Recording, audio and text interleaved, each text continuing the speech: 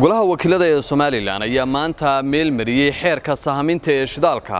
intaasi kadibna mas'uuliyiinta wasaaradda macdanta iyo tamarta Soomaaliland oo shir jiraa'id xafiiskooda ku qabtay ayaa golaha wakiilada Soomaaliland maanta ku bogaadiyay meel marintaasi ay ku sameeyeen sahaminta shidaalka Soomaaliland ugu horreyn agaasimaha waaxda shidaalka ee wasaaradda macdanta iyo tamarta oo halkaasi ka hadlay ayaa waxa uu golaha wakiilada Soomaaliland ku bogaadiyay meel marinta sharcigaasi sidoo kalena waxa uu tilmaamay muhiimadda uu Soomaaliland u yeelan karo shidaalka oo la soo saaro waxyaalo badan oo muhiim ah ayuu ka kooban yahay waa sharciga ugu weyn ee hagaya hawlaha batroolka ama mataqaanaa waxyaalaha arrimaha batroolka waxyaalaha uu ka kooban yahay kamid ama ka hadlayo lahaanshaha khayraadka ama khayraadka shidaalka sida dastuurku dhigayo sharcigana uu dhigayo wixii dhulka hoostiisa ku jira ee khayraad ah waxa iska leh qaranka waxaana uga mas'uula dawladda sidaas ilaa sharcigu wuxuu ka hadlayaa cidda maamulaysa hawlaha shidaalka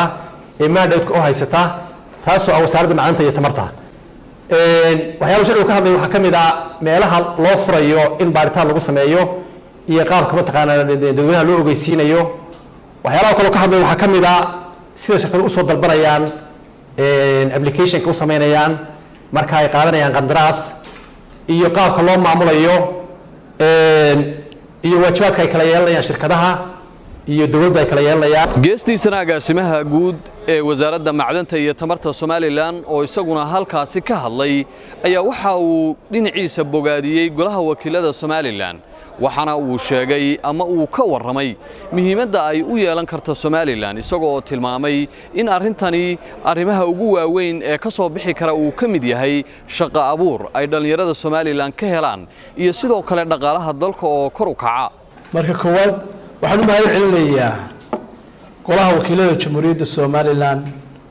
oo maanta ansixiyay xeerkii sahaminta iyo soo saaridda shidaalka Jamhuuriyadda Soomaaliland waxay wasaaraddu curisay sanadkii 2014 iyadoo la kaashanaysa khuburo Norwegian ah oo ku xeel dheer shuruucda shidaalka sharcigani guud ahaan wuxuu sheegayaa nidaamka iyo maamulka sidii loo maamuli lahaa khayraadka shidaalka oo guud ahaan uu ku sheegayo maanta guul bay noo tahay ka wasaarad ahaan runtii wasaaradda waxaan u mahad celinaynaa intaa oo ku guuleystay muddadii uu joogay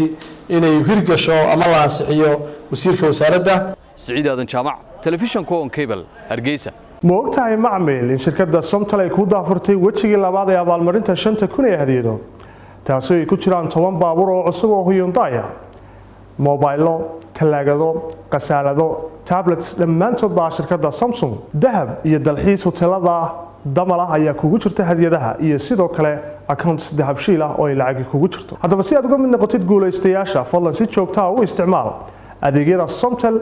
sida ku hadalka internetka iyo adeega casriga ah ee e-dahab markasta oo aad isticmaashid adeegyada kala duwan ee shirkadda Somtel waxaad fursad u helaysaa inay heladaadii asxaabtaada ay ku codeeyaan bil kastana toddobaadka u dambeeya waxa uu serverka Somtel uu soo xuli doonaa kontonka macmiil ee ugu codka badan leh ee u gudbi doona wareegga labaad tusaale ahaan macmiil gal qaybta fariimaha ee telefonkaaga kadibna geli telefonka qofka aad doonaysid inaad u codeysid adigoo u diraya lambarka 5000 waxaad ugu diri kartaa si lacag la'aan ama bas bilaash wixii faahfaahintaasi dheer nagala soo xidhiid lambarka gaaban ee 333